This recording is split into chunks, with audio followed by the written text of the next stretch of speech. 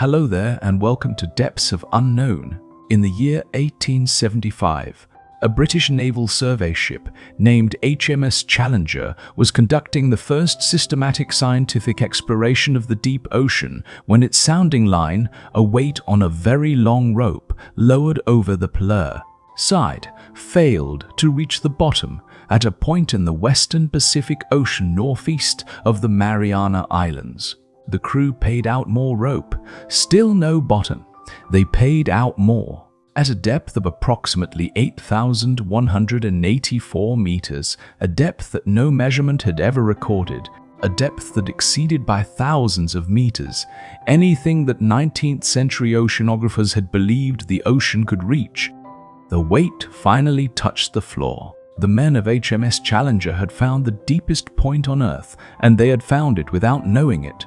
The point they recorded was not at its maximum depth, and the precise location of the absolute bottom would take another century and multiple expeditions to establish, but the name given to that deepest place, Challenger Deep, in honor of the ship and the voyage that first found it, has remained. The voyage of HMS Challenger itself was the founding expedition of modern oceanography.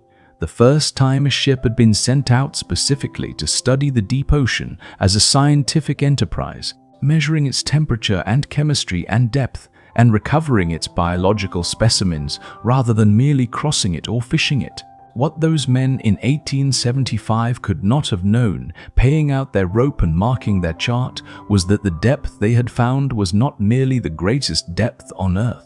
It was the entrance to a world of secrets so numerous, so strange, and so fundamental to the understanding of life and geology and the history of the planet that the study of Challenger Deep has produced discoveries that have changed not only oceanography but biology, chemistry, and the search for life beyond Earth. The secrets of Challenger Deep were waiting in the dark for 149 years before the first human being arrived to find them, and the finding has not yet ended. The first secret that Challenger Deep revealed not to the men of HMS Challenger, who had no means of reaching the bottom they had measured, but to the scientists who followed them over the next century, was the secret of pressure. The pressure at the bottom of Challenger Deep is approximately 1,100 times the atmospheric pressure at sea level, a figure that the human mind accepts intellectually but cannot fully absorb experientially. The first instrument to reach the bottom and return with a record of what it measured was not a crude vehicle but a series of unmanned probes and sediment samplers deployed beginning in the 1950s, and the data they returned confronted oceanographers with a physical environment more extreme than any that had been systematically studied. But the seafoot of pressure at Challenger Deep was not merely a physical fact about a remote location. It was a window into the chemistry and biology of the deep, because pressure, the specific value of pressure at that specific depth, turned out to be a variable around which life had organized itself in ways that were entirely new to biology. The discovery that organisms living at full Hadal pressure were not simply tolerating the pressure, but had biochemically calibrated their internal chemistry to exactly the pressure they experienced, using trimethylamine oxide concentrations as a molecular pressure gauge that increased proportionally with depth, precisely compensating for the effects of hydrostatic pressure on protein structure and enzyme function, was a discovery that changed the understanding of how evolution responds to physical environments. This pressure calibration is so precise that researchers can measure the concentration of trimethylamine oxide in the tissues of a Hadal organism and calculate with reasonable accuracy the depth at which that organism normally lives, as though the organism's own body chemistry were a depth gauge, reading the environment it inhabits and recording that reading in its molecules.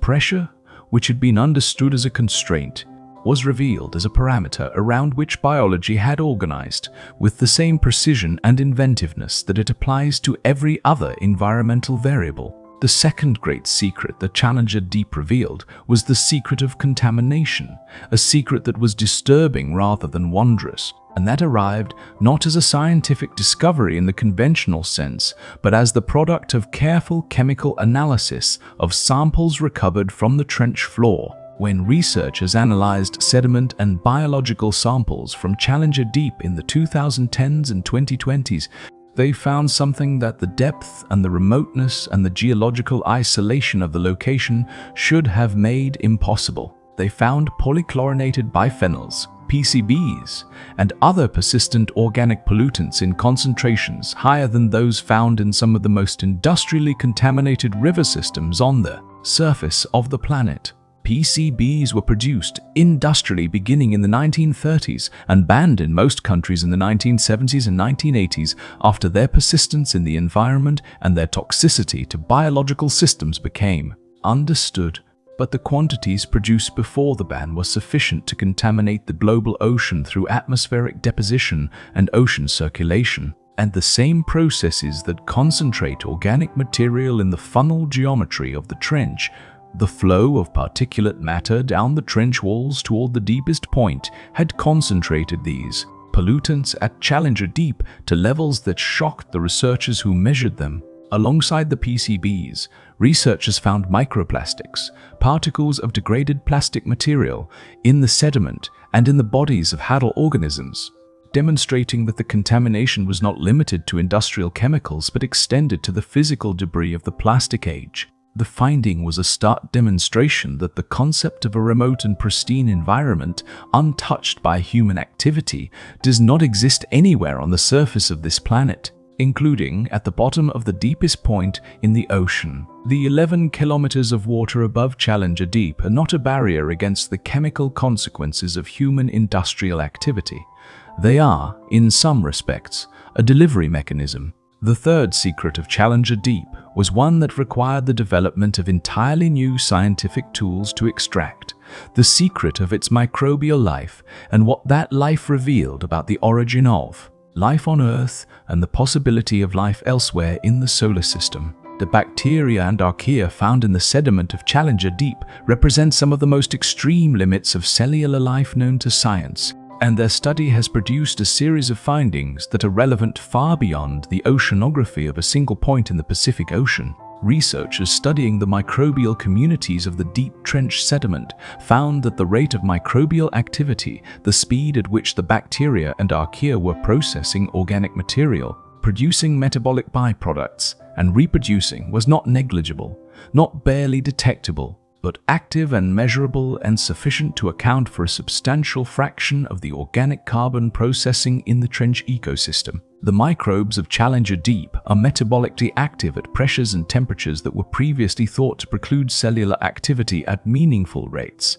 Their existence at these extremes also challenged one of the foundational assumptions of the search for life beyond Earth, the assumption that the conditions that permit life are relatively narrow, and that environments significantly outside the range of surface Earth conditions are unlikely to harbor biology. Challenger Deep demonstrated that this assumption was wrong on this planet, and if it is wrong here, the reasoning that it should be right elsewhere becomes difficult to sustain. The discovery has direct implications for the question of whether life could exist in the subsurface oceans of Europa, Jupiter's moon whose icy shell covers a liquid water ocean that may be subject to pressures and temperatures broadly similar to those of the Hadal Zone or Enceladus, Saturn's moon whose subsurface ocean vents water into space through geysers at the South Pole. If biology can organize, persist, and metabolically function at the pressures and temperatures of Challenger Deep,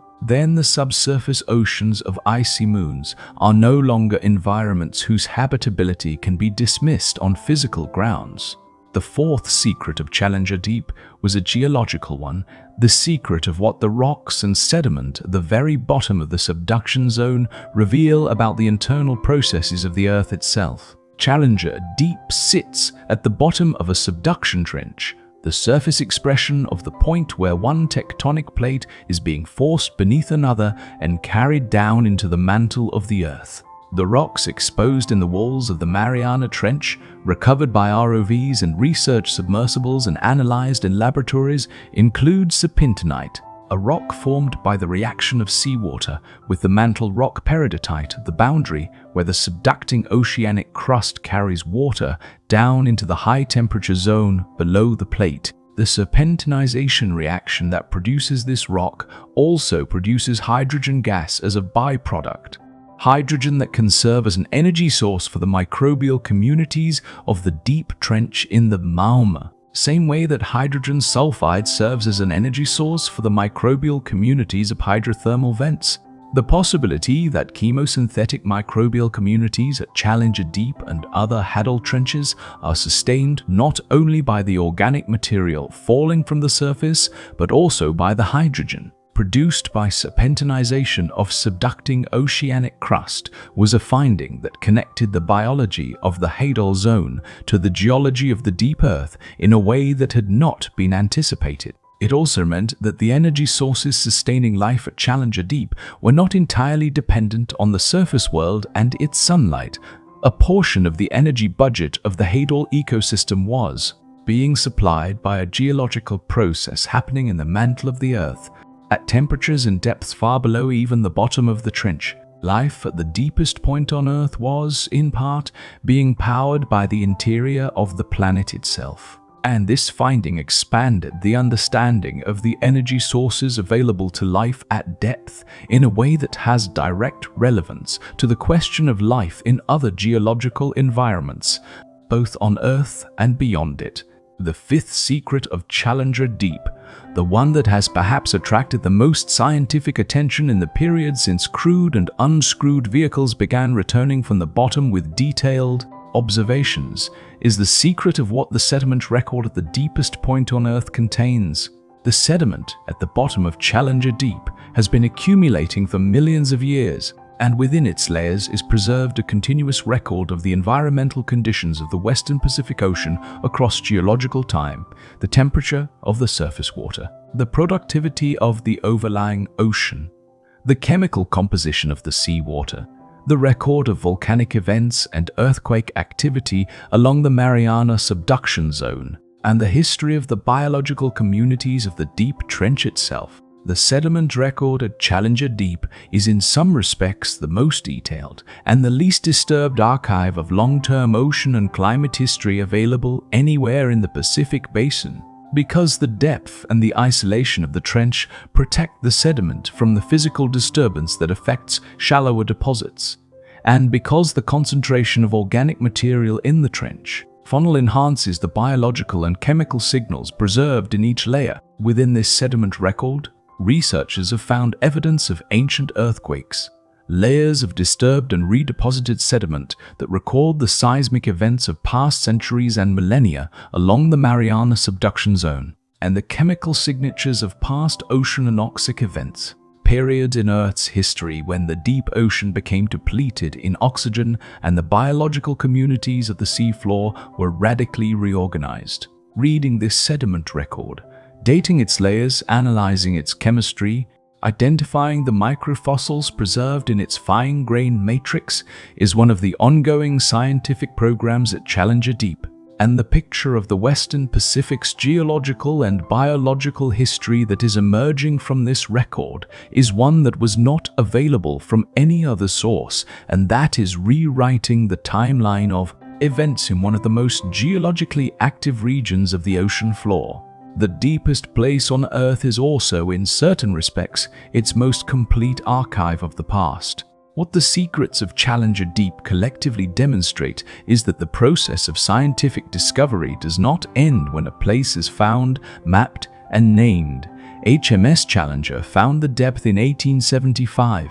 Don Walsh and Jacques Piccard reached the bottom in 1960. James Cameron reached it again in 2012. Autonomous vehicles have descended dozens of times since, and with each expedition, with each new instrument and each new analytical technique applied to the samples and observations recovered from the bottom of the world, the picture of what Challenger Deep is and what it contains has become richer, more complex, and more surprising than the picture that existed before.